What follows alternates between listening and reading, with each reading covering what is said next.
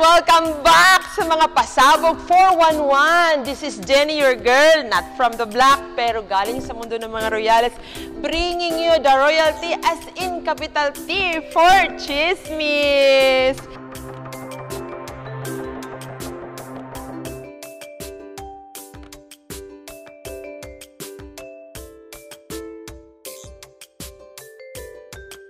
So ito na nga, kung nabaliw kayo sa mga nangyari last week, ano pa kaya ngayong darating na linggo, di ba?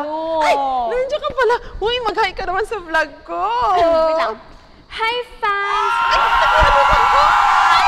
Ito kasi ako, naglilinis ako, pero Asipag natin, di ba? Uy, ang ganda mo, girl. Pero, So ito na nga ang chika. O, di ba? Kasi nagkaalaman na itong magkapatid, mayroon pala silang kapatid sa labas. Oo. Eh, ayun, di warla yung magkakapatid, lalo na sa Ma'am Beatrice mo. ay, true ka dyan. Eh, paano ba naman kasi, nung humingi daw siya ng puhunan para sa startup business niya, ni-reject ni Sir Gustavo, pero nung si Sir Napoy, bigay agad. Ay, tama. At ito pa, dahil nag-offer si Sir Gustavo na ibigay kay Napoy lahat-lahat. Lahat ito, sinugod ni Ma'am Margaret si Sir Gustavo. Tapos nagtaka naman ni Sir Gustavo, paano niya nalaman? Ay, dahil alam mo ba, alam pala niya na nagpakabit ng CCTV sa dining area. Wala bang nanonood sa akin dito, no? Ay, wala. Pinatay ko kanina para hindi tayo Kasi Sir Napoy, sinubukang kausapin ng magkapatid niyang mga babae. Naku, boom! Rejected! Siyempre, tinatry din niyang kausapin si Sir Christoph. Alam mo nangyari? Naku! Umabot pa sa sakitan! Sakitan! O, diba? Mas malala! Sabi. So, kaya ba kinausap ni Sir Napoy si Sir Gustavo? Tama! Eto na nga. Nagalit pa si Sir Napoy. Bakit na naman? Eh kasi nga, imbis matanggap siya ng magkakapatid, hindi, dahil kay Sir Gustavo. Eh, buti na lang, kinausap sila ni Sir Gustavo.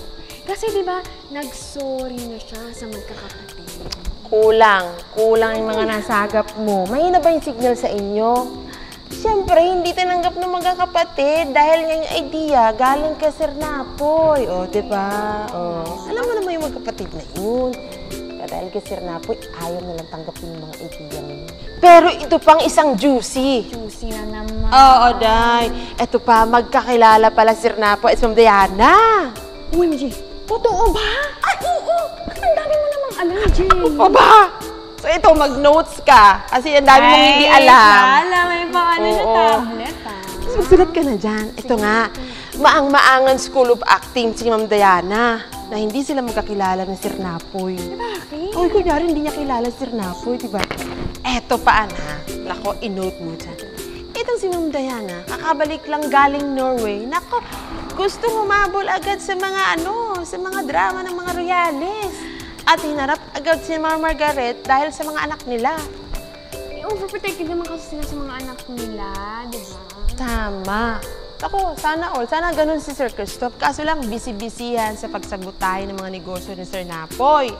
Tapos, dinalapan niya si Sir Gustavo sa business deal ni Sir Napoy.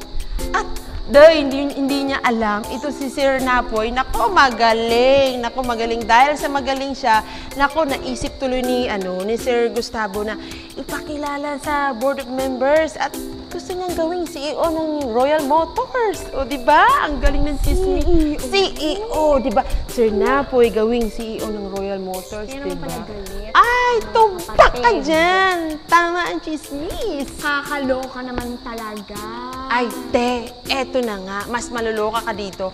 Kasi narinig pala ni Sir Napoy na nag-uusap yung magkakapatid na isa pala sa kanila ang gustong pumatay sa ama nila. OMG! Ay, huwag ka munang mag-react, hindi pa ako tapos.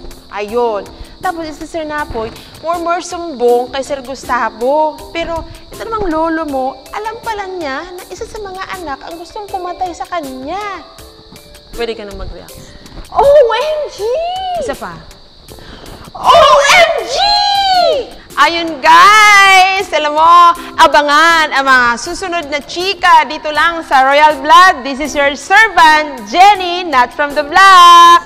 Please like and You're Sorry! so cutie, Anne! Yes, guys! Huwag niyong kalimutan mag-like and subscribe! Hanggang sa sunod na chismisan, dito lang sa Royalty and Big T and Chismis! O sige na, baka mamaya naman eh. Ay! Hala! Si Sir Christoph! Si Sir Christoph! Ay! May CCTV! Magtago na tayo! Ah! Nandiyan si Sir Christoph!